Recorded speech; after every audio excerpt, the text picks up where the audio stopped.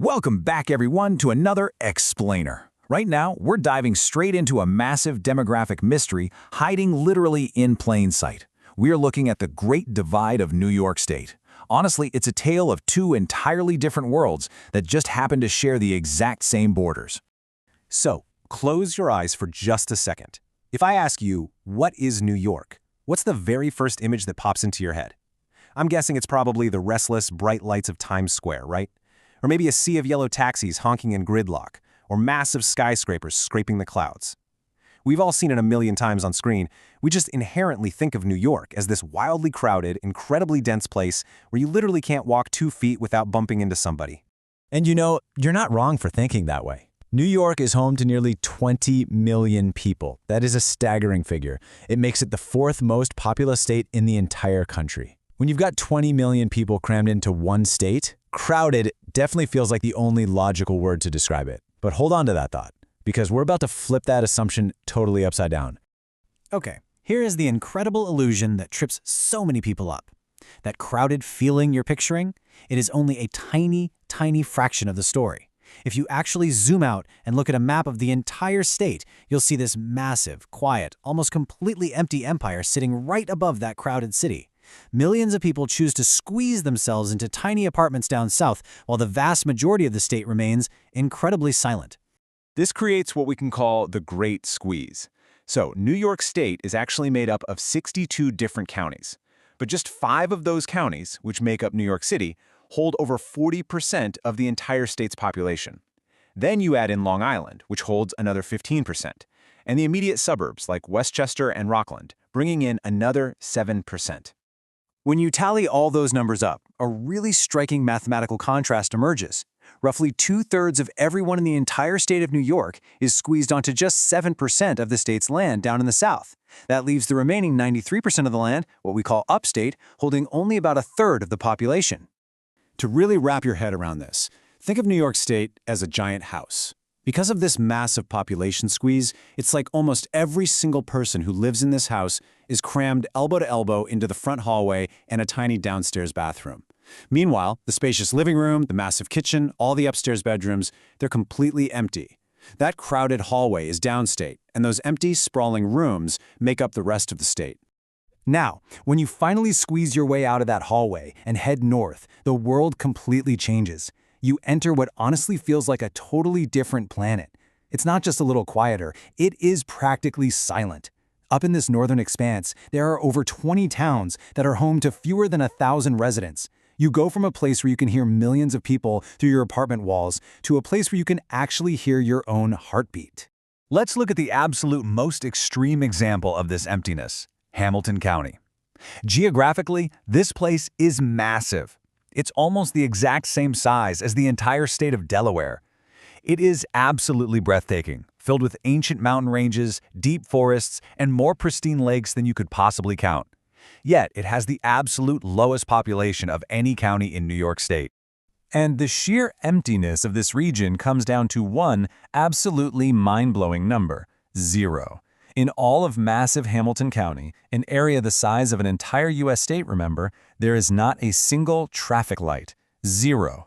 Just take a second to let that sink in. In a state completely famous for yellow taxis and gridlock, there is an enormous region where you can just drive. No sirens, no waiting for a red light to change, just the open road. Which naturally brings us to a huge question. If this region is so stunning, so peaceful, and so perfect for vacations and weekend getaways, why aren't people moving there permanently? I mean, why would millions of people deal with the noise and the crazy expense of the city when they could have a massive slice of nature all to themselves? Basically, why is the living room of this giant house staying so empty? Well, let's dive right into this why. The first reason is what we might call nature's tough love. Upstate New York is undeniably beautiful, but man, it is not an easy place to live.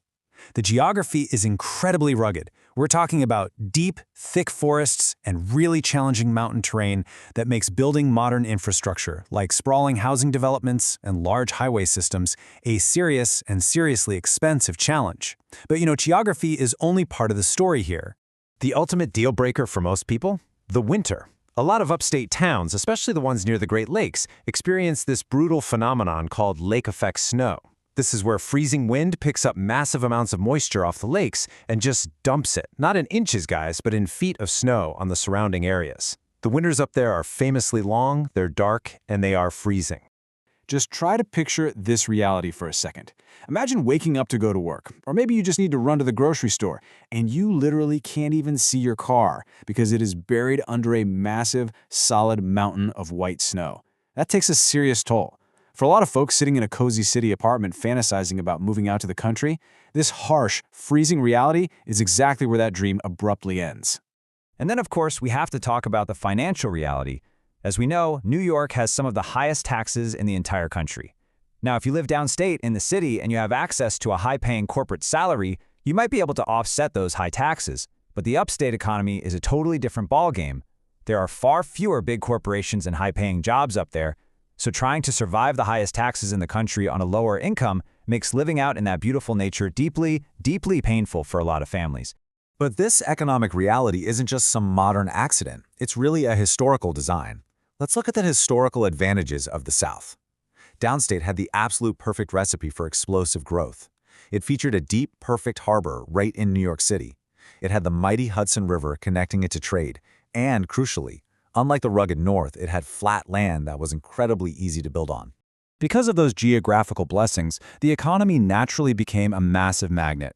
Over the decades and centuries, it just continuously pulled jobs, money, transportation, and millions of people straight down toward the coast.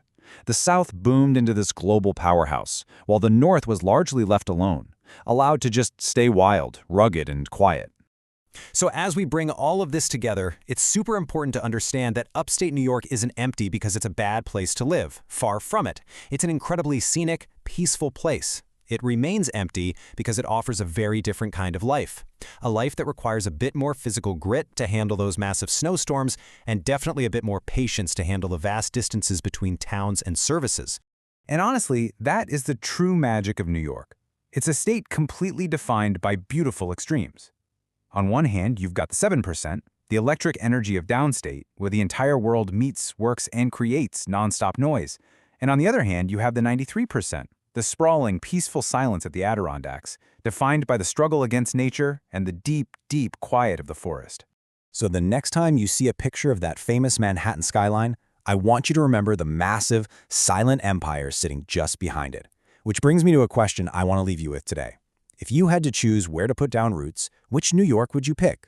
The crowded, undeniable excitement of the 7%, or a quiet sunset over a frozen lake with absolutely no red lights in the 93%? Think about it. Thanks so much for joining me for this explainer. Keep learning, and I'll catch you next time.